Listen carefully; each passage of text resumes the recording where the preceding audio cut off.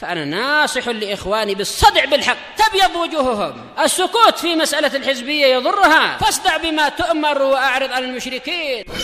سلامي على دماج ورجالها والشيخ يحيى ودار العلم يا سعد بانيها. Bismillahirrahmanirrahim. Kita masih di muka surat 192, masih dari kalam Imam Ibnul Qayyim rahimahullah. Wa fi sahih marfu'an, di dalam hadis sahih dari Rasulullah Shallallahu Alaihi Wasallam, hadis Anas itu ya. As-sabru inda sadmatil ula, kesabaran yang terpandang. Yang lain mengartikan kesabaran yang paling besar pahalanya adalah tatkala pukulan yang pertama atau benturan yang pertama, musibah di hari yang pertama, bukan setelah sekian hari. Wa qala al-Ash'ath Ibnu Qais radhiyallahu an, innaka in sabarta imanan wa ihtisaba wa illa salauta suluwal bahaim. Sesungguhnya jika engkau bersabar berdasarkan keimanan dan mengharapkan pahala, ini jawab syarat ini berarti khobar inna terhapus, dohirnya adalah apa? Maka kesabaranmu itulah yang terpandang mendapatkan pahala dan sebagainya. Namun jika tidak demikian, maka engkau nanti akan terhibur seperti terhiburnya hewan-hewan ternak itu. Terhibur tak dapat pahala apa-apa, karena memang sekedar terpaksa saja tanpa adanya iman dan mengharapkan pahala. Wa min ilajiha, termasuk dari obat terhadap musibah adalah ayya'lama anna anfa'al adwiyati lahu muwafaqata rabbih. Hendaknya dia mengetahui bahwasanya obat yang paling bermanfaat untuknya adalah menyesuaikan diri dengan Rabb-nya, menyetujui. Allah menyuruh demikian, Allah menakdirkan ini, sudah saya sepakat saja, tak perlu berkeluh kesah. Wa ilahi, yaitu Rabb-nya dan sesembahannya, fima ahabbahu wa radiyahu lah, di dalam perkara yang Allah cintai dan Allah ridhai untuk orang ini. Allah menakdirkan kita gini, kita ikuti saja, kita ridho dengan itu. Ini obat yang paling bermanfaat. Wa anna khasiyatal mahabbah wa sirraha muwafaqatul mahbub, dan hendaknya dia mengetahui bahwasanya khasiat atau kekhususan dari kecintaan juga rahasia dari kecintaan adalah kesesuaian dengan zat yang dia cintai. Sebagaimana dalam kitab lain, dalam kitab Raudhatul Muhibbin, di antara alamat cinta adalah menyesuaikan diri. Mungkin apa, orang ini tak suka makan petai, tapi istrinya suka makan petai, jengkol dan apa saja itu. Saya pun suka lah, saya suka apa yang dia suka. Ini tanda cinta. Baik. Istrinya suka berenang, padahal laki-lakinya takut air. Tak apa, demi engkau saya berlatih untuk berenang. Itu tanda cinta. Makanya para sahabat melihat Rasulullah SAW suka makan labu, maka sejak saat itu pun sahabat yang ini, Anas bin Malik, suka labu dan seterusnya. Ini tanda cinta. Baik. Famanidda'a mahabbata mahbub summa sakhita ma yuhibbu, maka barang siapa mendakwakan dirinya itu cinta kepada objek yang dia cintai, namun kemudian dia marah kepada apa yang dicintai oleh pihak yang dia cintai tadi, wa ahabba ma yaskhatu, justru dia cinta kepada apa yang dimarahi, yang dimurkai oleh pihak yang dia cintai tadi, faqad syahida ala nafsihi bikadzibih, maka sungguh dia telah menyaksikan terhadap dirinya sendiri, bersaksi terhadap dirinya sendiri bahwasanya dia dusta. Wa tamattata ila mahbubih, dan dia menyebabkan kemurkaan pihak yang dia cintai tadi. Karena alamat cinta adalah kesesuaian. Berusaha agar dia memenuhi dan mengikuti apa yang diinginkan atau disukai oleh pihak yang dia cintai. Ini alamat cinta. Maka demikian pula kepada Allah Ta'ala. Allah cinta pada mukmin, kita cinta pada mukmin. Allah benci pada orang kafir, kita benci pada orang kafir. Allah benci kepada kesyirikan, kebid'ahan, kemaksiatan, maka kita juga demikian. Dan ini sampai tercetak di hati para sahabat. Wa karraha ilaikumul kufra wal fusuqa wal isyan ulaika humur rasyidun. Allah menjadikan kalian itu cinta, benci kepada kekufuran, kefasikan dan kemaksiatan. Mereka itulah orang-orang yang lurus, orang yang terbimbing. Baik. Wa qala Abu Darda radhiyallahu anhu, "Innallaha idza qada qada'a ahabba ayyurda bih." Sesungguhnya jika Allah menakdirkan suatu ketetapan, Allah suka apabila ketetapannya itu diridhoi. Dan ini membuat lapang dada. Allah menakdirkan kita sedang kurang makan, kita ridho. Ini membuat dada jadi lapang. Allah menakdirkan kita sedang mungkin krisis kesehatan, kita ridho. Ini akan menyebabkan lapang dada. Wa kana Imran bin Husain radhiyallahu anhuma yaqulu fi illatih. Beliau berkata di dalam masa sakitnya, ahabbuhu ilayya ahabbuhu ilaih. Apa yang paling saya cintai adalah apa yang paling Allah cintai. Kalau emang Allah cinta demikian, saya juga cinta demikian maksudnya. Wa kadzalika qala Abul Aliyah rahimahullah. Demikian pula yang dikatakan oleh Abul Aliyah. Baik, Rufai ibnu Mihran itu ya. Wa hadza dawa'un wa ilajun la ya'malu illa ma'al muhibbi. Obat dan sama lah ya. Dawa obat, ilaj juga obat. Ini tidak berfungsi kecuali bersama orang-orang yang cinta. Ya, obat ini hanya akan terasa efeknya, terasa khasiatnya dan kesannya apabila diterapkan pada orang-orang yang memang cinta pada Allah. Kalau orang kafir mungkin kena musibah sedikit langsung bunuh diri atau apa. Wala yumkinu kullu ahadin ayyata'ala jabih. Tidak mungkin setiap orang berobat dengan itu. Seperti dulu tatkala peristiwa Chernobyl. Dulu itu berapa puluh tahun yang lalu itu ya. Dalam kisah nyata dikatakan ada orang yang kerja di seperti itu, lalu temannya ternyata mati, maka dia mencaci maki Tuhannya. Kenapa teman saya dibuat mati? Ini orang yang namanya orang kafir, tidak cinta pada Allah.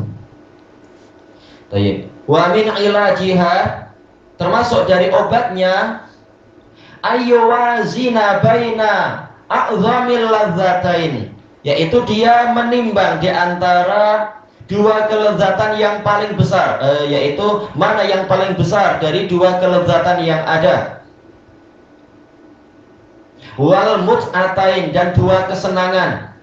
Wa adwamihima, dan menimbang mana yang lebih kekal.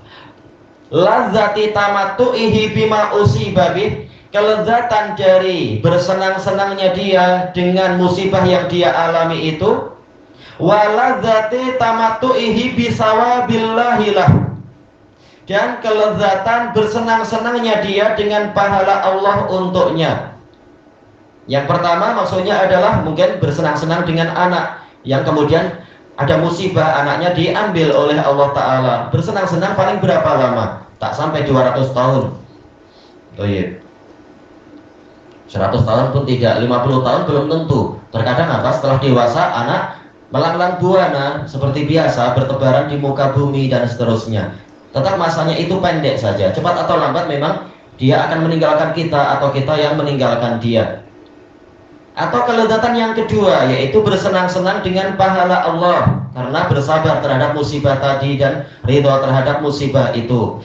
Fa in dhahara lahu rujhan, kemudian apabila nampak bagi dia salah satu yang lebih berat, fa'asar rajih, lalu dia lebih mengutamakan yang lebih berat, falyahmadillahi ala taufiqih, maka hendaknya dia memuji Allah atas taufiknya itu. Jelas yang lebih berat adalah pahala dari Allah Ta'ala, pahala banyak. Nanti di surga juga kita akan kumpul lagi di masa yang kekal. Baik. Kalau dia mampu memilih yang tepat, maka hendaknya dia memuji Allah atas taufiknya itu. Wa in asarul marjuh, namun apabila dia lebih mengutamakan yang ringan, yang timbangannya kalah, tapi malah dia memilih yang ringan, min kulli wajh, dari segala sisi, kalah dari segala sisi justru dipilih. Fal ya'lam anna musibatahu fi aqlih, maka hendaknya dia mengetahui bahwasanya musibahnya itu terjadi pada akalnya. Sudahlah anaknya itu wafat, ternyata akal dia juga rusak. Nah, rugi 2 kali. Wa qalbih, juga jantungnya, hatinya rusak. Wa dinih, juga musibahnya menimpa agama dia, berarti agama dia yang rusak. A'zamu min musibatihi allati usiba biha fi dunya. Ini lebih besar musibahnya daripada musibah yang menimpa dia di dunianya itu, kehilangan anak ataupun yang lain. Wa min ilajiha, termasuk dari obat terhadap musibah adalah ayya'lama annalladzi batalahu biha ahkamul hakimin. Hendaknya dia tahu bahwasanya yang menguji, mencabar dia dengan musibah tadi adalah hakim yang paling bijak. Tak ada yang lebih bijak daripada Allah Ta'ala. Wa arhamur rahimin, zat yang paling penyayang, menyayangi, bahkan ada rahmat yang besar di dalam musibah itu. Wa annahu subhanahu lam yursil ilaihil bala'a liyuhlikahu bih. Dan dia tahu bahwasanya Allah Subhanahu tidaklah mengirimkan kepadanya bencana tadi untuk membinasakan dia dengan bencana itu. Wala liyu'adzibahu bih, dan tidak pula untuk menyiksa dia dengan bencana tadi. Wala liyajtahah, bukan pula untuk memusnahkan dia. Baik.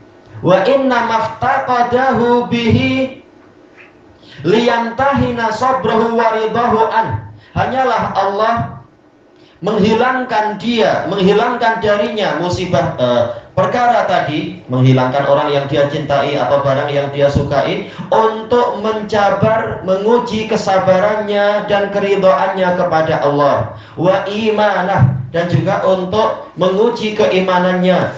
Wa liyasma'a tadarru'ahu wa btihalah, dan untuk Allah mendengar, agar Allah mendengar doa-doa dan keluh kesah dia. Berdoa di malam hari, berdoa di akhir sujud, di waktu sujud kah, atau di akhir sholat. Karena apa? Terkadang kalau tidak diuji, kita lupa kepada Allah, lupa dari banyak-banyak doa dan sebagainya. Dulu ketika masih fakir, doa banyak-banyak. Setelah kaya, lupa. Nah, ini Allah menguji hamba itu dan ingin mendengar kembali doa-doa dia. Ya, karena jika tidak demikian, maka Allah tidak akan ambil berat terhadap kita. Sebagaimana dalam ayat yang terulang-ulang pembahasannya itu, qul ma ya'ba'u bikum rabbi laula du'aukum. Katakan wahai Rasulullah, Rabbku tidak peduli pada kalian kalau bukan karena doa kalian. Tidak ambil berat kalau kalian sendiri tidak mau doa, tidak mau berdoa. Waliyarahu tarihan bibabih, ini istilahnya ya. Dan untuk Allah melihat dia ini tarih, yaitu makruh, terlempar di pintunya Allah. Selama ini merasa sudah punya istana, sibuk dengan istana dan menara, sudah lupa untuk datang ke pintunya Allah, istilahnya.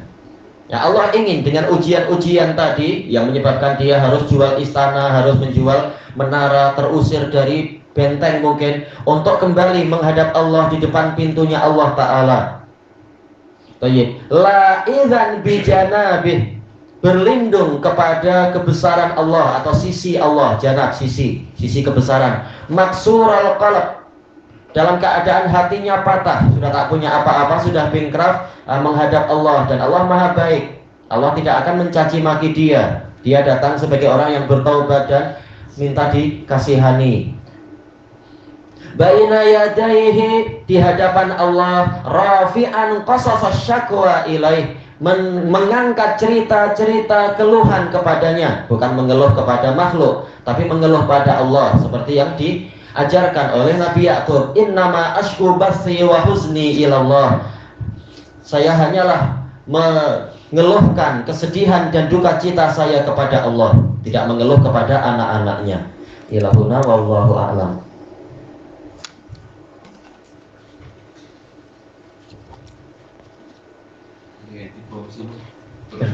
Apa? Ada yang dikorupsi terus kabur benar.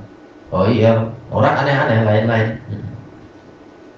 Seperti tokoh Ikhwanul Muslimin Amr bin Khalid Al-Misri, tatkala melihat kekalahan Ikhwanul Muslimin di sana dan keganasan penguasa, dia mengatakan Allah tak mungkin merubah situasi, tak mungkin mampu merubah situasi seperti ini. Wah, banyak ulama bantah dia akhirnya. Malah semakin menghina Allah. Nauzubillah. Bagaimana kalau kita berisi keluhan kepada makhluk ini, kepada sahabat-sahabat itu dapat sebelumnya ke orang? Nah, itu boleh.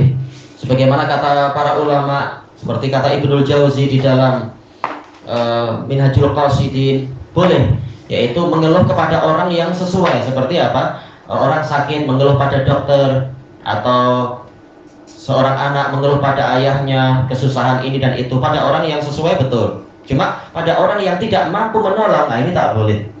Nah, adapun Imam Ahmad, kata beliau, tetap menjaga adab. Ketika dokter tanya bagian mana yang sakit, dia bilang ini, dan alhamdulillah, istilahnya tetap memuji Allah. Cuma ditanya mana yang sakit, dia bilang, kalau tak, untuk apa datang ke dokter? Kalau bilang saya sehat, nah, untuk apa datang ke sini beratur? Ya emang layak mengeluh untuk diobati dan sebagainya. Boleh.